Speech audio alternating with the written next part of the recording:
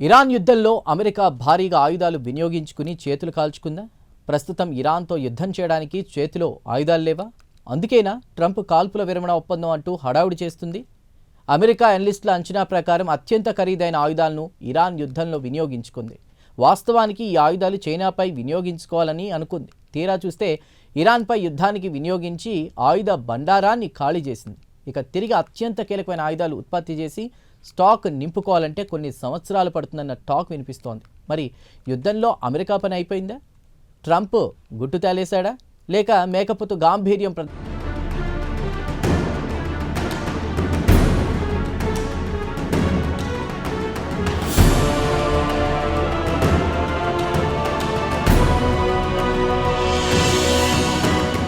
ఇరాన్తో అనవసరంగా కయ్యానికి కాలు దువ్వి అమెరికా చేతులు కాల్చుకుంది. ఇదే విషయాన్ని ఇప్పటికే చాలా మంది మేధావులు ట్రంప్ని హెచ్చరించారు కూడా. అయినా ట్రంప్ వినే రకం కాదు కదా, తన ఇష్టం వచ్చినట్లు ప్రవర్తిస్తూ లేనిపోని చిక్కులు తెచ్చిపెట్టుకుంటున్నాడు.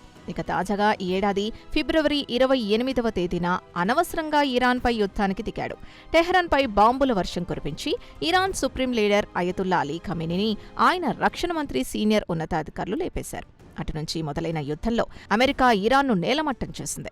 దానికాను ఇరాన్ని తిరిగి పునర్నిర్మించుకోవడానికి సుమారు $270 బిలియన్ పరిహారాన్ని డిమాండ్ చేస్తోంది. అయితే ట్రంప్ ఇరాన్ యుద్ధంలో అత్యుత్సాహం ప్రదర్శించి ఉన్న ఆయుధాలు ఖాళీ చేశాడు. తీరా యుద్ధం చేయడానికి అమెరికా వద్ద చేతిలో ఆయుధాలు లేని పరిస్థితి ఏర్పడింది. అమెరికా వద్ద ఉన్న అత్యాధునిక ఆయుధాల్లో దాదాపు సగం కంటే ఎక్కువ ఇరాన్పై వాడేశాడు. తిరిగి ఈ ఆయుధాలు ఉత్పత్తి చేయాలంటే కొన్ని సంవత్సరాల సమయం పడుతుంది.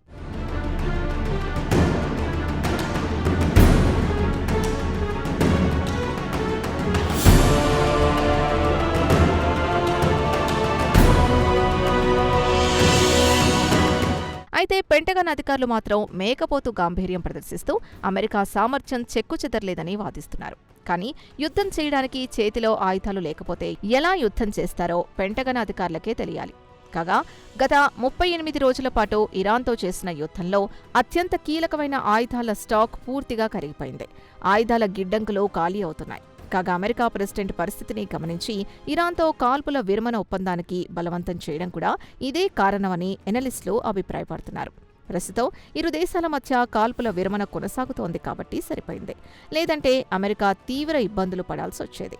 ఈ ఏడాది ఫిబ్రవరి చివరి రోజు నుంచి యుద్ధంలో అమెరికా సుమారు 1100 long range stealth cruise missiles వాడేసింది. వాస్తవానికి ఈ ఆయుధాలు చైనాతో యుద్ధం వస్తే అప్పుడు వాడాలనుకుంది. ప్రస్తుతం అమెరికా వద్ద మరో 1100 క్రూయిజ్ మిసైల్స్ ఉండవచ్చునని పెంటగాన్ అధికారులు తమ అంతర్గత సమీక్షలో చర్చించుకున్నట్లు సమాచారం.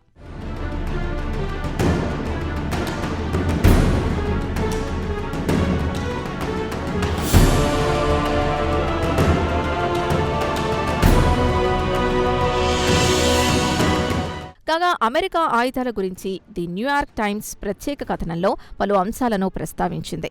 ఇరాన్ యుద్ధంలో అమెరికా మిలిటరీ సుమారు 1000 టోమహక్ క్రూయిజ్ మిసైల్స్ ని వాడేసింది. కాగా ప్రతి ఏడాది కొనుగోలు చేసే వాటితో పోల్చుకుంటే సుమారు 10 రెట్లు ఎక్కువగానే వాడేసింది. కాగా పెంటగన్ అధికారుల అంచనా ప్రకారం ఈ యుద్ధంలో అత్యంత కీలకమైన ఆయుధాలు నిల్వలు ఆందోళన కలిగించే తక్కువ స్థాయికి పడిపోయాయని తెలిపారు. ఒక్కో ఆయుధం $4 మిలియన్ కంటే ఎక్కువ విలువైందని తెలిపింది. ఇండియన్ కరెన్సీ ప్రకారం చెప్పుకోవాలంటే ప్రస్తుతం మారకన్ రేటు ప్రకారం లెక్కిస్తే సుమారు 38 కోట్ల వరకు ఉంటుంది. అత్యంత ఖరీదైన ప్యాట్రియాట్ ఇంటర్సెప్టర్ క్షిపణుల్ని 1200కు పైగా వాడేశారు. అలాగే 1000కి పైగా ప్రెసిషన్ స్ట్రైక్ ATACMS క్షిపణుల్ని అవసరం కంటే ఎక్కువగా వినియోగించడం వల్లనే ఈ పరిస్థితి ఏర్పడింది.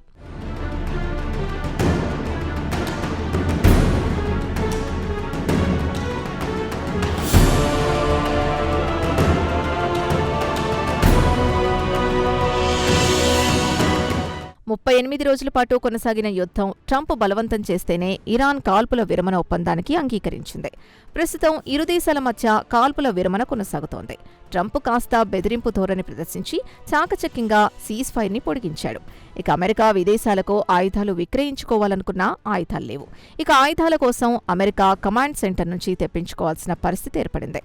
ఇక ఆయుధాల కోసం అమెరికా ఏషియా లేదా యూరప్లోని అమెరికా కమాండ్ సెంటర్ నుంచి తెప్పించుకోవాల్సిన పరిస్థితి ఏర్పడింది.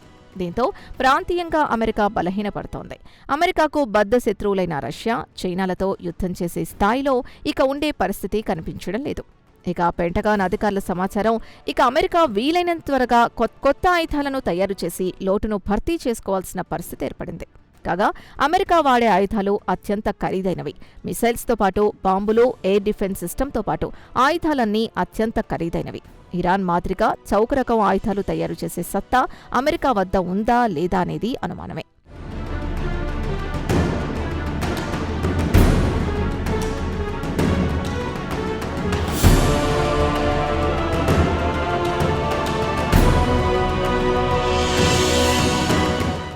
ఈ యుద్ధంలో ఇరాన్ అత్యంత చౌకరకమైన డ్రోన్లను తయారు చేసి అమెరికాను ముప్పు తిప్పలు పెట్టింది. గల్ఫ్లో ఉన్న అమెరికా బేస్లపై ఇరాన్ డ్రోన్లతో దాడులు చేయడంతో అమెరికా సైనికులు అత్యంత ఖరీదైన ఆయుధాలు తీసుకుని యూరప్కు పారిపోయారు. ఇరాన్ $20,000 ఒక డ్రోన్ తయారు చేస్తే అదే అమెరికా విషయానికొస్తే మిస్సైల్స్ కోసం $4 మిలియన్ వ్యయం చేస్తోంది. ఈ యుద్ధంలో ఇరాన్ అమెరికాకు చెందిన అత్యంత ఖరీదైన యుద్ధ విమానాల్ని ధ్వంసం చేసింది. సుమారు 900 కోట్ల ఫైటర్ జెట్ నేల కూల్చింది. ఈ లెక్కన చూస్తే అమెరికా ఈ యుద్ధంలో బిలియన్ల కొద్దీ డాలర్ల విలువ చేసే ఆయుధాలతో పాటు యుద్ధ విమానాల్ని నష్టపోయింది. అయినా ఫలితం మాత్రం దక్కలేదు. ఇదిలా ఉండగా అమెరికా రక్షణ మంత్రిత్వ శాఖ మాత్రం ఈ యుద్ధంలో ఎన్ని రకాల ఆయుధాలు ఖర్చు చేశారో వాటి వివరాలివ్వడానికి నిరాకరించింది. అయితే పెంటగాన్ చెప్పేదేంటంటే ఇరాన్లో సుమారు 13,000 లక్ష్యాలపై దాడులు చేశామని వెల్లడించింది. అయితే యుద్ధ విమానాలు, ఆర్టిలరీలో పలుమార్లు దాడులు చేసుంటాయి కాబట్టి అధికారులు చెబుతున్న దానికి వాస్తవానికి ఎక్కడా పొంతన కుదరడం లేదని అంటున్నారు.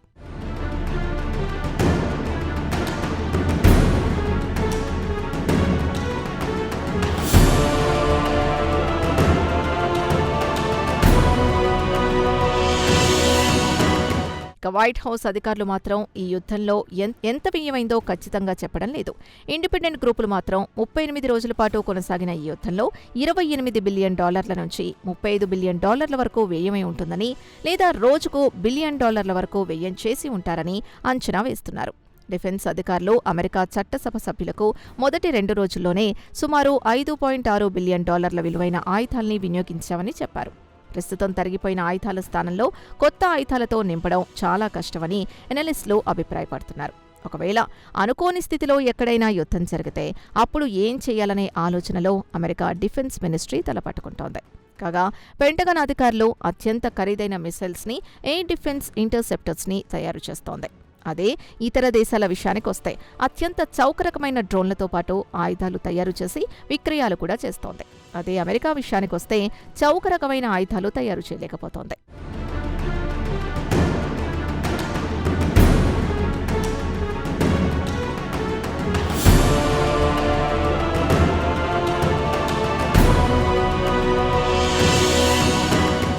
ఎనలిస్టులు మాత్రం ఇరాన్ యుద్ధంలో అమెరికా బాగా వెనకబడిపోయిందని చెబుతున్నారు. ఇరాన్ ఓర్పు వ్యూహం ముందు బలమైన అమెరికా తలవంచక తప్పలేదని విశ్లేషిస్తున్నారు. ఆపరేషన్ ఎపిక్ ఫ్యూరీతో మొదలుపెట్టిన యుద్ధం అమెరికా ఖజానా ఖాళీ అయింది. అత్యంత విలువైన ఆయుధాలు కూడా కరిగిపోయాయి. అమెరికా హార్ముజ్ జలసంధిలో ఇరాన్ ఓడను జప్తు చేసుకోవడం, ఇస్రాయెల్తో వ్యూహాత్మక విభేదాలు, అమెరికాకు ఆర్థికపరమైన నష్టాలతో కాల్పుల విరమణ ఒప్పందం చర్చల్లో ప్రతిష్టంభన ఏర్పడుతోంది. ఇరాన్పై బాంబుల మోత మోగించిన, బిలియన్ల కొద్దీ డాలర్లు మంచినీళ్లలా ఖర్చు చేసిన ఇరాన్లో విజయం సాధించలేకపోయింది. అక్కడి రాజకీయ వ్యవస్థను మార్చలేకపోయింది. ప్రజల్లో తిరుగుబాటు రాలేదు. యుద్ధం ప్రారంభంలో ట్రంప్కు అనుకూలంగా జిందాబాద్ కొట్టిన తర్వాత వారు మౌనంగా ఉన్నారు. ప్రస్తుతం ట్రంప్ అన్ని రకాల కష్టాల్ని ఎదుర్కొంటున్నాడు. యుద్ధంలో ముందుకు సాగలేక, వెనక్కి వెళ్లలేక, యుద్ధం చేద్దామంటే ఆయుధాల కొరత. మరోపక్క అమెరికాలో మిడ్ టర్మ్ ఎలక్షన్స్ ముంచుకొస్తున్నాయి. దానికంటే ముందు దేశంలోని పలు నగరాల్లో మేయర్ ఎన్నికలు. ఈ క్రమంలో యుద్ధానికి అధిక ప్రాధాన్యం ఇవ్వాలా, లేక తన రాజకీయ ప్రయోజనాలకా అనే సంకటంలో కొట్టుమిట్టాడుతున్నాడు ట్రంప్. నైతికంగా చూస్తే యుద్ధంలో ఇరాన్, ఇటు ఇస్రాయెల్ అమెరికాపై విజయం సాధించినట్లే అని ఎనలిస్టులు అభిప్రాయపడుతున్నారు.